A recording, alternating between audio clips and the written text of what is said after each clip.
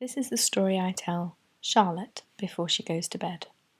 We make it as long and as boring as possible, and in theory she's asleep before we get very far with it. I hope it's helpful to you. This is Charlotte's version of Jack and the Beanstalk. Once upon a time, there was a little boy called Jack, and he lived in a little house with his mummy and daddy.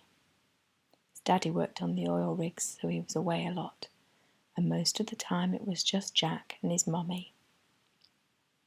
They had a little garden at the front of the house and a little garden at the back of the house. In the front garden, they had a very old apple tree, and it had been there since anybody could remember. Every year it gave beautiful red, shiny apples. Jack's mummy made apple pies with these apples, and she took most of them to the market to sell, but she kept some at home for Jack to eat. Jack liked his mummy's apple pies, so he would like to climb the apple tree and make sure every last apple was picked. He figured the more apples he could pick, the more apple pies she would make, and the more apple pies she would make, the more apple pies might stay at home for him to eat. In the back garden they had an old pear tree, and every year it gave beautiful green juicy pears. Jack liked to eat those pears and let the juice run all down his face. They had a vegetable garden, and they grew carrots and cabbages and potatoes, and they had a little strawberry patch. It was Jack's job to collect the strawberries, so he would go every day with his little basket and collect the strawberries when they were ripe and red and juicy. They had a cow called Daisy, and they'd had Daisy since she was a calf. It was Jack's job to milk Daisy the cow, so he would go every day with his milking bucket and milk Daisy the cow. And they always had plenty of milk. Milk to drink, milk for butter and cheese, and enough milk to swap with the farm next door for some bread. But one day when Jack went to milk the cow, there was no milk left, and Jack didn't know what to do because he'd never seen that before. He went inside and asked his mummy what to do, and his mummy said, "Oh dear, that's no good. We can't have cows that don't make any milk. Everybody works round here. Give us some more grain and more water and try again tomorrow. But if that doesn't work, she'll have to go to the market to be sold. We can't have cows that don't make any milk. We'll have to sell her and use the money to buy some chickens or a goat." So Jack did what his mummy said because he was a good boy, and he got more grain and more water for Daisy the cow. But when he came back the next day, there was still no milk. And he went and told his mummy, and his mummy said, "If you leave right now, there's enough time to get to the market, sell the cow, and get home before dark. You go and get some rope, and I'll make you up a picnic in your backpack." So Jack went to get some rope to tie round Daisy's neck, and he met his mummy at the front of the house to collect his backpack. And Jack and Daisy walked down the path, and when they got to the gate, they stopped, and Jack turned and waved at his mummy. And then Jack and Daisy stepped through the gate and out onto the road towards the village. And Jack and Daisy walked along the road, and the little house got smaller and smaller. And Jack and Daisy walked along the road, and the little house got smaller and smaller. And Jack and Daisy walked along the road, and the little house got so small that you couldn't see it anymore. And they turned the corner, and they walked into the village. And they walked all the way through the village and up the high street past all the shops. There was a butcher's shop and a baker's shop and a cake shop and a book shop and a sewing shop and a sweetie shop. And all the shopkeepers came out to wave as Jack and Daisy walked by. It was quite a strange sight, seeing a little boy walking up the high street with a cow.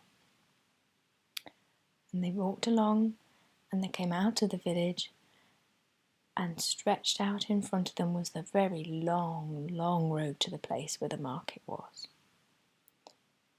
And as they walked along the road, the little village got smaller and smaller, and Jack and Daisy walked along the road, and the little village got smaller and smaller. Stretched out in front of them was the very long, long road to the market. Fields to the left of them and fields to the right of them, and one very long, long road. The first field had sheep in it, and the next field had cows in it, and the next field had little ponies scampering around in it. And just up ahead, Jack could see a pink tree. He knew trees weren't pink, and he couldn't work out why this one looked pink.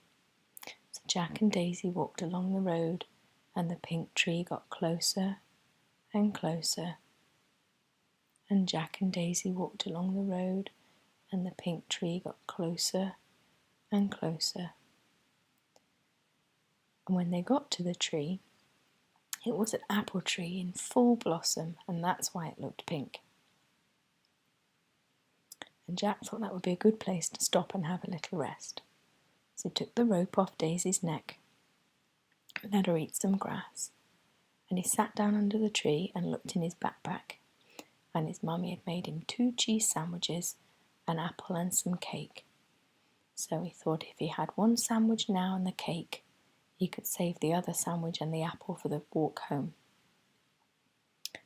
So after he'd had a little rest, and he remembered he ought to get to the market, he put the rope back on Daisy's neck, and they set off again. And Jack and Daisy walked along the road, and the pink tree got smaller and smaller. And Jack and Daisy walked along the road, and the pink tree got smaller and smaller until you couldn't see it anymore.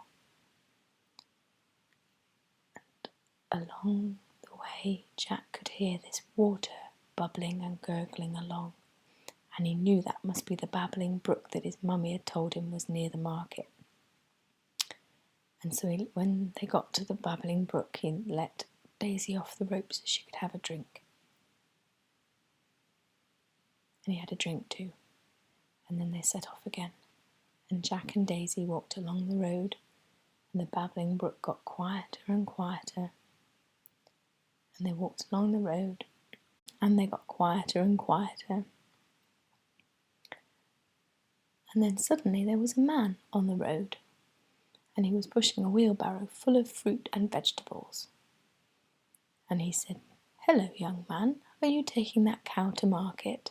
And Jack said, "Yes, I am. She stopped giving any milk, and my mummy says I have to sell her, but I'm very sad about it." And the man said, "That is very sad. I'm taking this wheelbarrow full of fruit and vegetables to the market because I've grown too many this year, so I thought I would sell my surplus." And Jack said, "That sounds like a good idea. Would you like to walk along with me? It's very boring just walking along with a cow for company." And the man said, "Yes, that sounds like a great idea." So the man with the vegetables, Jack and Daisy walked along the road together, and they talked about the man's vegetable patch and what he grew. And Jack told him all about the vegetable patch he has at home and his strawberry patch. And they walked along the road together. And not long after that, they met a lady with a bag full of hats. And she makes woolly hats and felt hats and cloth hats and straw hats and red hats with bobbles on, and blue hats and pink hats and hats of every sort of size. And she joined them as they walked along the road. And a little while after that, another man with a whole wheelbarrow full of cats. His cat had had kittens. So they were walking along together. And when they got to the place where the market was, it was very, very busy, and Jack hadn't been there by himself before, and he didn't know where he was supposed to go or what he was supposed to do. So he was just stood looking at where everybody was going, and they were rushing about all over the place. And a man came up to Jack and said, "Hello, are you here to sell that cow?" And Jack said, "Yes, I am. I think it's only fair to warn you that she's stopped giving any milk, and we don't know why, but my mummy says I have to sell her. Would you like to buy my cow?" And the man said, "Well, yes, I would. I've got a big farm and lots of other cows for her to play with, but I haven't got any money. I've only got these 5 magic beans." Jack thought to himself that he knew he was supposed to sell the cow for money, but he thought perhaps magic beans might be worth more than money. So he said yes to the exchange, and he gave the man Daisy's rope, and the man gave him the beans, and they went off in opposite directions. And Jack was quite pleased with his trade because he'd done it so fast that he might be home in time for dinner now. He was quite excited about that. His mummy was a good cook, and he didn't know what she'd be cooking, but it was bound to be very nice. So he thought he'd better walk quite quickly and not do too much stopping.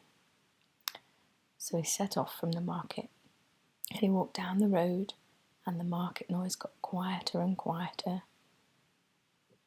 And the market noise got quieter and quieter until eventually he couldn't really hear it anymore.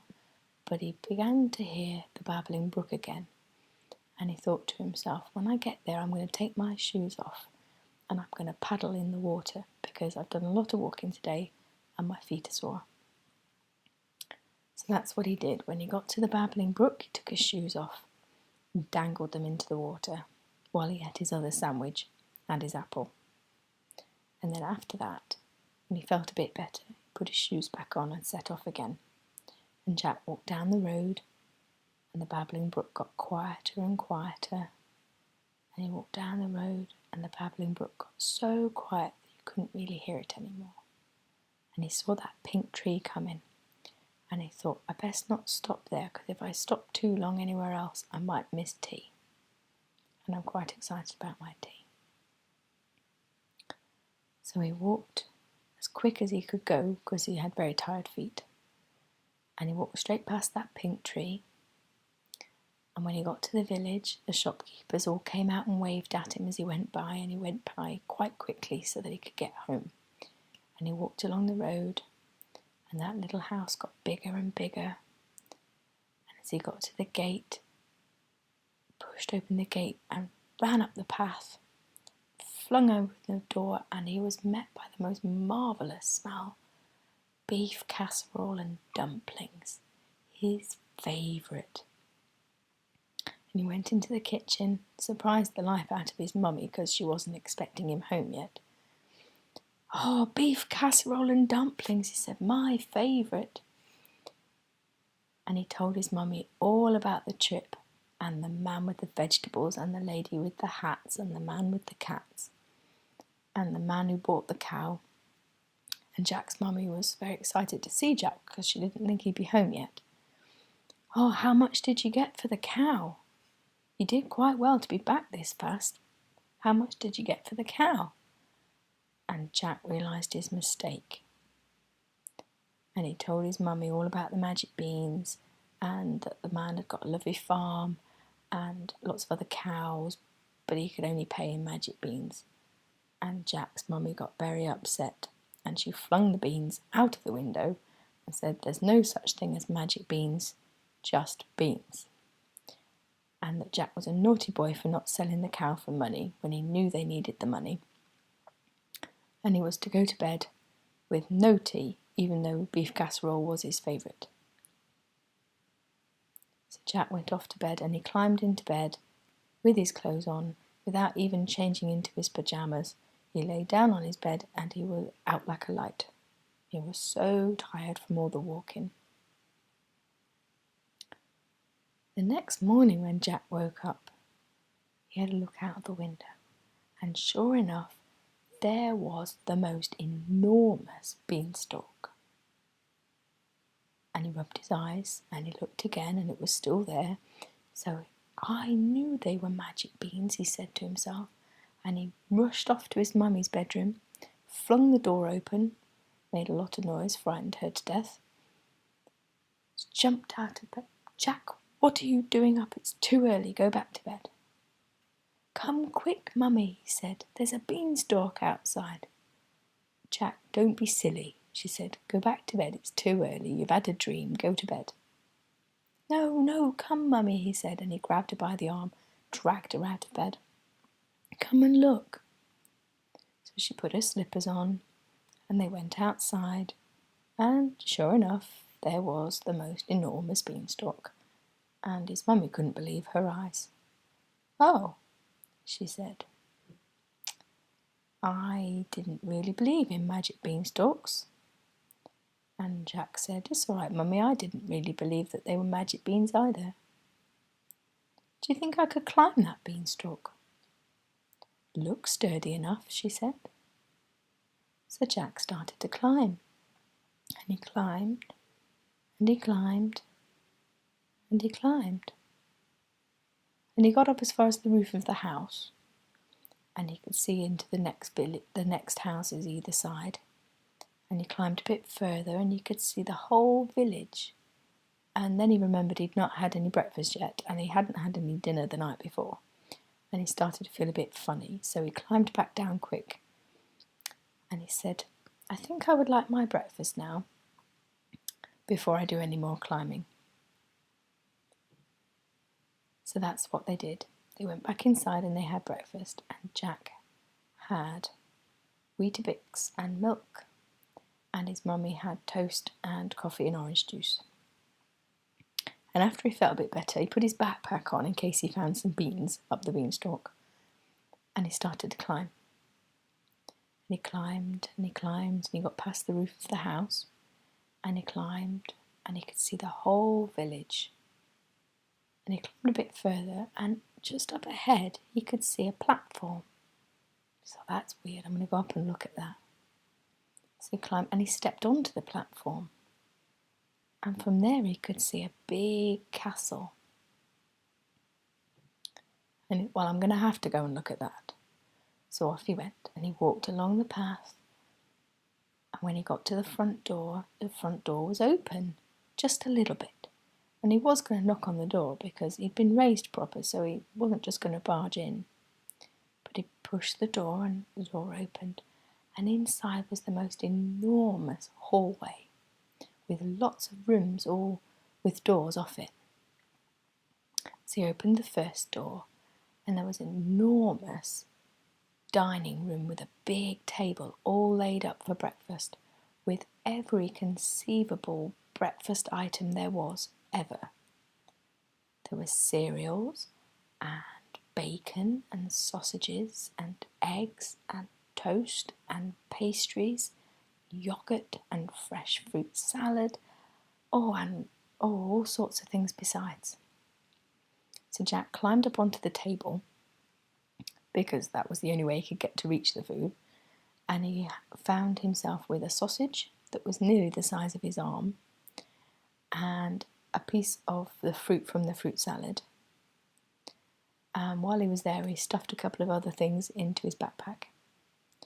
And he was so full after he did all that he sort of rolled off the table and stumbled back out into the corridor. And he went into the next room, and there was a really big 4-poster bed.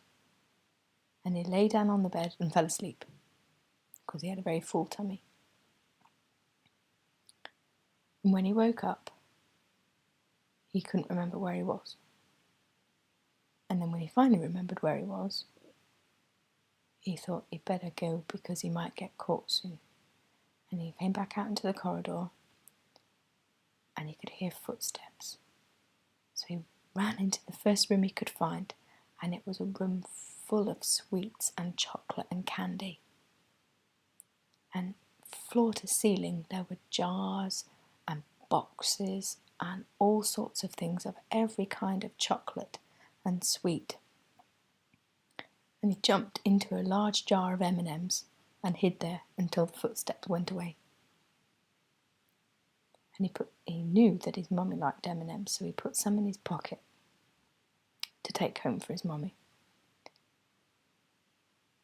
And when he thought it was safe, he climbed back out of the jar, put some in his mouth, and put some more in his backpack, and then he stepped out into the corridor and he went for another little wander about. And he walked through the kitchen out into the garden, and there was the most enormous vegetable patch, much bigger than the one he's got. And they were growing all sorts of things. Cabbages and carrots and potatoes like he did, and turnips and swede and kohlrabi and all sorts of things, curly kale and onions and rhubarb that was bigger than him. He could hide under the rhubarb leaves. And then he saw the chicken coop, and the chickens were nearly as big as him. And he thought, that would solve all our food shortage problems if I could just capture one chicken and take it home with me. I bet they lay the most huge eggs. One of those eggs might keep us going for both of us for ages. So he devised a way of catching the chicken with some string that he found at the bottom of his bag. And he wrapped the chicken's legs up with the string, and he started to carry it over his shoulder, but it was nearly as big as him. And as he walked along, he could hear those footsteps again, and he thought, whoever owns this place is going to be very upset that I've got one of their chickens, so I best make a run for it. So he rushed down the corridor and out the front door and down the path as fast as his little legs would carry him with the chicken. And he slid down the beanstalk, and when he got to the bottom, he said to his mummy, "Here, hold this chicken. I'm going to find a hacksaw to chop this beanstalk down. There's somebody after me." So he chopped it down quick before anybody could catch him. And he told his mummy all about the beautiful place he'd been and the wonderful things he'd eaten and stole, and told her all about the vegetable patches. And he opened his bag and showed her all the things that he'd got, and they made up a big jar with all the sweets, and it kept them going for a whole month. And that chicken, it didn't just lay huge eggs, it laid golden eggs. And by the end of the first week, they had 7 golden eggs. And Jack's mummy took them to the market, and she sold them for such a marvellous price that they never had any money worries after that. Every week she took 5 golden eggs to the market, and they always had plenty of money to buy other things. And after that, they lived a very nice life. Lots of food, plenty to eat, and a new cow. And Jack and his mummy lived happily ever after.